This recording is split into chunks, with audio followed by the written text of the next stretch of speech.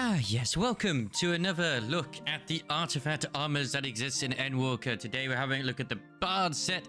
I am going to absolutely butcher the name. It is the Bioso set. It's a bit of a weird and odd name, I'm not going to lie, with the Perseus bow. Now, considering how kind of flashy normally the Bard gear can be, this is certainly above the rest. I actually quite like it. I mean, not just because I do like white, black, and red, which is quite nice with a bit of a gold trim too. But you know what? It looks quite nice, and the hat also does work for Vieira's. Let's whip out the bow here. As, you know, I'm going to have a look at the whole of it in its entirety. So, starting off with the hat, obviously, we have like this lovely little... I don't want to call it a fedora, but it's a very almost classical fantasy bard hat with some feathers in the cap as well, with a lovely luscious little gold trim which goes around the edge of it. And I quite like the sort of yin yang. It's like black and white and all that sort of stuff. Very lovely, very fantastic indeed. I'm a big fan. You've got the chest piece here with the male. I think it's just to open the chest here. With female, of course, you've got the little bra there, which one side is black, one side is white, just to kind of, you know, cover up the titties a little bit. You gotta do what you gotta do, alright? Got some nice little spiky horns on the shoulders, which is similar to the others. Once again, keeping the theme of one half being black, one half being white. Don't know if it's supposed to... which dragon it represents, but yeah. And on the back, of course, of this jacket, we've got ourselves a nice little lute to just equip this right here. At least I believe it is a lute or something. It's an instrument of some form. I think this is the first artifact gear we've had for a bard where it actually has an instrument on it as well, which is quite lovely. It's got a little dagger at the front as well, which is always nice for decoration, but we never do use it. And we have ourselves a fantastic little necklace here too, which that does not die, unfortunately. Nice little bit of jewelry here, there, and everywhere. And a scarf as well, which goes with it.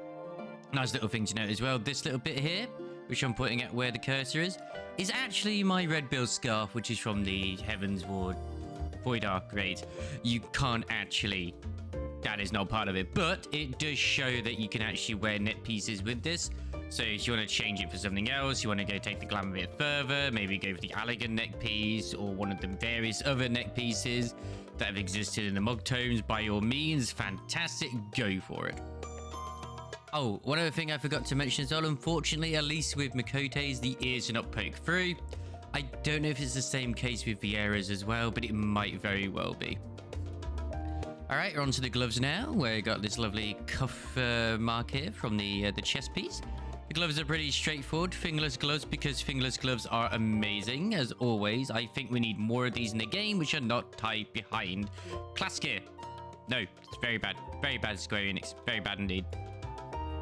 Just nice little black and very simple, just black with some gold trims, and there's nice little patterns, you know, nice little patterns here and there. This is part of the chest piece. We got some feathers around the bottom, like almost like quills actually, more than anything. Maybe quills to write some more songs and stuff like that too. Leg pieces are just some leggings with some gold trims and all that sort of stuff. Looking really fantastic once again. I know I say fantastic a lot, but the EndWalker gear sets are really, really, really good. Okay. And of course, once again, dyeable if you do yourself the physical ranged DPS quest, which is different to the physical melee ranged DPS quest. It is involving Kugane or Doma, etc., etc., and it's really good. I would definitely recommend going to go and do it. And the booties are incredibly adorable as well. They got nice little sort of wings on there, almost golden wings, and it sort of reminds me of the Makote boots a little bit, but just like better, like a much better version. Onto the bow. It is a nice classical bow rather than looking like an instrument as well, hence why we probably have the instrument on the back instead.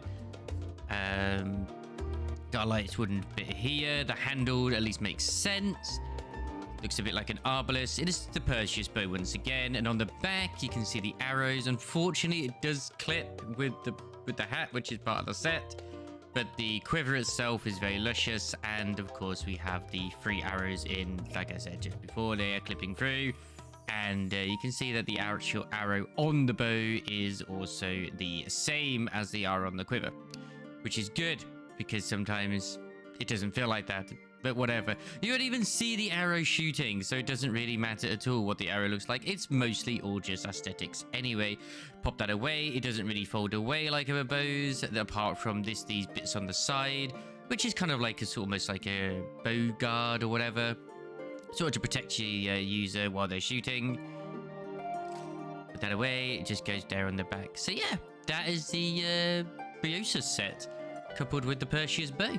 I'm not going to be looking at how Diabit is. I'm decided to skip through that now anyway. Like, you guys will be able to check it out and have it as a nice surprise when you are able to unlock it yourself.